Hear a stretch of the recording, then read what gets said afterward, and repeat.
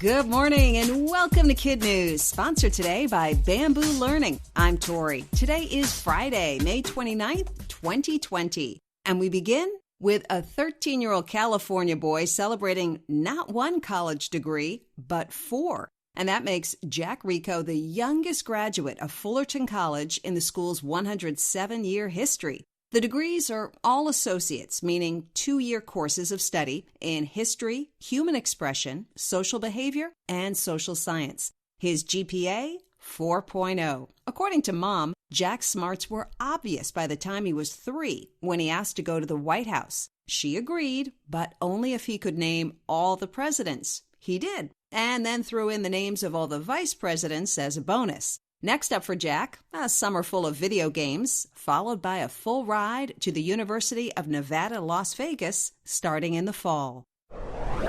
For the first time in 124 years, Boston will not run its marathon. Organizers had pushed the April tradition to September, but yesterday decided they simply couldn't guarantee social distance for the 30,000 runners or the crowd that swells to more than 1 million. In its place, a virtual event in which participants who verify that they ran 26.2 miles on their own will receive a finisher's medal. Boston's the longest-running annual marathon in the world. It began back in 1897 when 15 men drew a starting line in the dirt in Ashland and headed for the city to commemorate the first modern Olympic Games. When it comes to SpaceX and its historic launch, the second time might not be the charm, maybe not even the third. Forecasters say the weather at Cape Canaveral this weekend could be as bad as it was on Wednesday. The issue isn't just wind or storms in the area, it's also whether a thundercloud's electric field is strong enough for the Falcon 9 rocket to cause lightning when it passes through. We'll know soon enough. The next windows of opportunity are tomorrow at 3:22 p.m. and Sunday at 3 p.m., both Eastern Time. And remember, a successful liftoff is only half the battle. The Dragon capsule needs to dock with the International Space Station, drop off astronauts Hurley and Benkin, pick up 2 others who've been up there a while, and bring them safely back home. As promised, President Trump has thrown down the gauntlet on social media. Yesterday, he signed an executive order asking federal agencies to determine if new rules can be placed on online platforms. Mr. Trump's anger stems from Twitter slapping fact-check stamps on some of his tweets, something the president believes should happen to everyone or no one, because he says selectively choosing who to label isn't fair.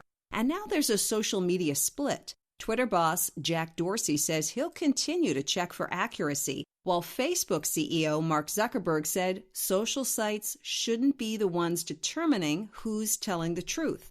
Regardless, legal experts on both sides of the issue say the president's order may be unconstitutional because it could step on the free speech rights of private companies. He's a dolphin free to roam the seas, but he also knows exactly how to get an easy meal. Mystique hangs out off the coast of Queensland, Australia, near a dolphin feeding center in Kulula. When he wants to impress guests and get a little snack, he dives down to the ocean floor and brings up a treasure or a trinket, carefully balanced on his nose. The gifts range from shells, coral, and wood to antique bottles. The staff is now convinced he keeps a stash of goodies somewhere because he sometimes delivers as many as 10 items a day, one after the other. Mystique is one of 7 dolphins in his pod, but is so far the only one to master the art of gift giving. That's it for KidNuz. Now our KidNuz quiz. How many associate degrees does a 13-year-old California boy have?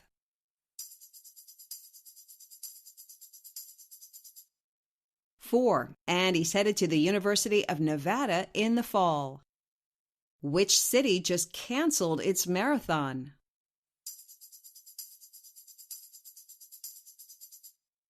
Boston, for the first time in 124 years. What's the name of the dolphin that brings up treasures from the deep?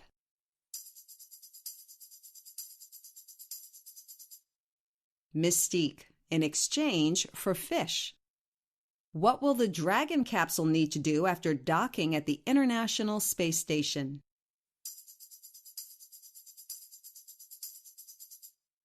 Bring 2 different astronauts back to Earth.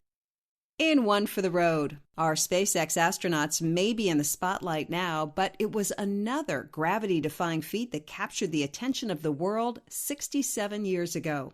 On this day in 1953, Edmund Hillary of New Zealand and his Sherpa, or climbing guide, Tenzing Norgay, became the first men to reach the summit of Mount Everest, which, at 29,035 feet above sea level, is the highest point on Earth.